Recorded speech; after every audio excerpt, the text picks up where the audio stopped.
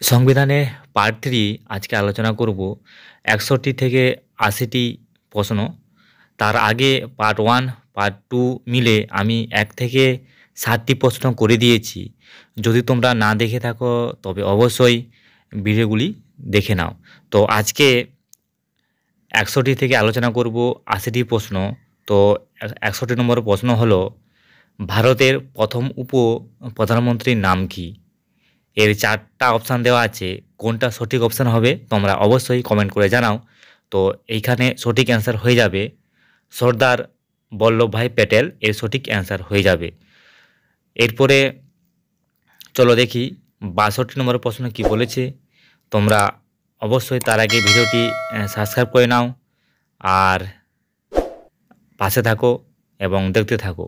তো এবার দেখি 62 নম্বর প্রশ্ন হলো, ভারতবর্ষের দ্বিতীয় প্রধানমন্ত্রী ছিলেন? এর সঠিক অ্যান্সার হয়ে যাবে অপশান এ লাল বাহাদুর শাস্ত্রী। কোনগুলির সমন্বয়ে ভারতীয় পার্লামেন্ট গঠিত হয়েছে? এর সঠিক অ্যান্সার হয়ে যাবে অপশান এ রাষ্ট্রপতি, লোকসভা ও রাজ্যসভা মিলে গঠিত হয়েছে। পার্লামেন্টের 0 আওয়ার বলতে কোন সময়কে বোঝায়?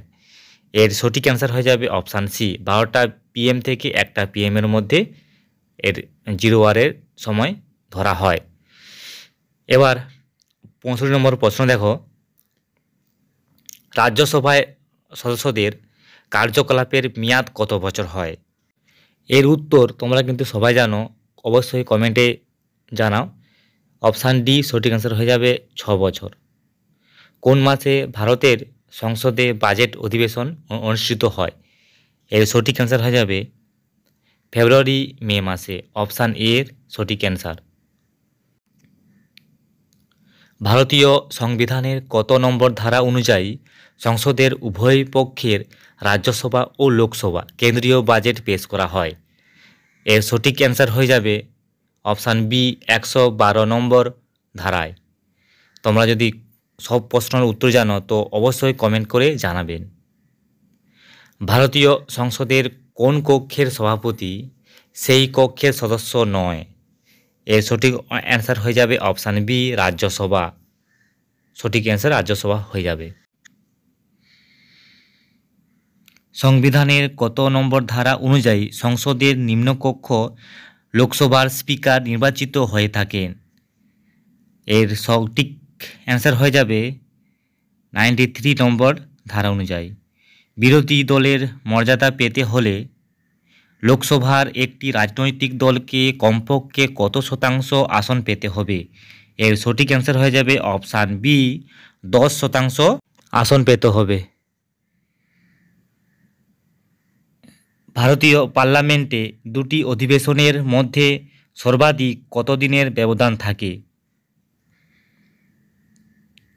এর সঠিক অ্যান্সার হয়ে যাবে অপশান ডি 6 মাস।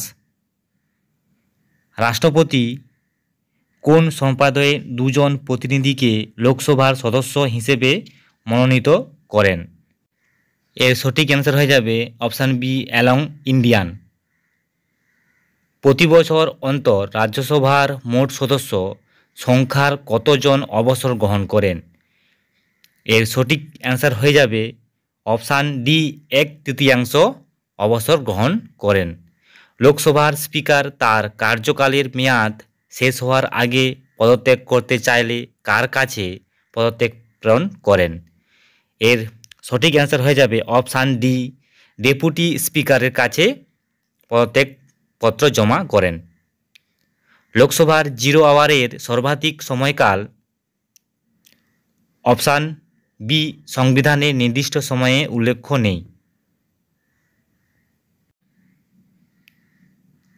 কততম সংবিধান সংশোধনীর মাধ্যমে লোকসভার কার্যকালের মেয়াদ 5 বছর থেকে বাড়িয়ে 6 বছর করা হয়েছে? এটা কিন্তু তোমরা সবাই কমেন্টে জানিয়ে দাও, এটা অবশ্যই তোমরা উত্তর জানো। এর সঠিক অ্যান্সার হয় যে অপশান এ 42তম। লোকসভার স্পিকার কার দ্বারা নির্বাচিত হন? অপশান সি লোকসভার সদস্যগণ কর্তৃক নির্বাচিত হন। কে লোকসভার সভাপতিত্ব করেন? কে লোকসভার সভাপতিত্ব করেন? অপশান ডি লোকসভার স্পিকার। এরপরে ভারতের লোকসভার প্রথম স্পিকার কে ছিলেন? এর সঠিক অ্যান্সার হয়ে যাবে অপশান এ মালভস্কার। এটাই লাস্ট প্রশ্ন। ভারতের লোকসভার প্রথম মহিলা স্পিকার এর নাম কি? তোমরা অবশ্যই এর উত্তরটা জানো, তো তোমরা কমেন্ট বক্সে জানিয়ে দাও। এর সঠিক অ্যান্সার হয়ে যাবে Meera Kumar. Option B right answer হয়ে যাবে। তো যারা ভিডিওটি শেষ পর্যন্ত দেখলে তাদেরকে অসংখ্য ধন্যবাদ। আর যারা এখনও পর্যন্ত ভিডিওটি সাবস্ক্রাইব করনি তারা অবশ্যই ভিডিওটিকে সাবস্ক্রাইব করে পাশে থাকা বেল আইকনটি প্রেস করুন।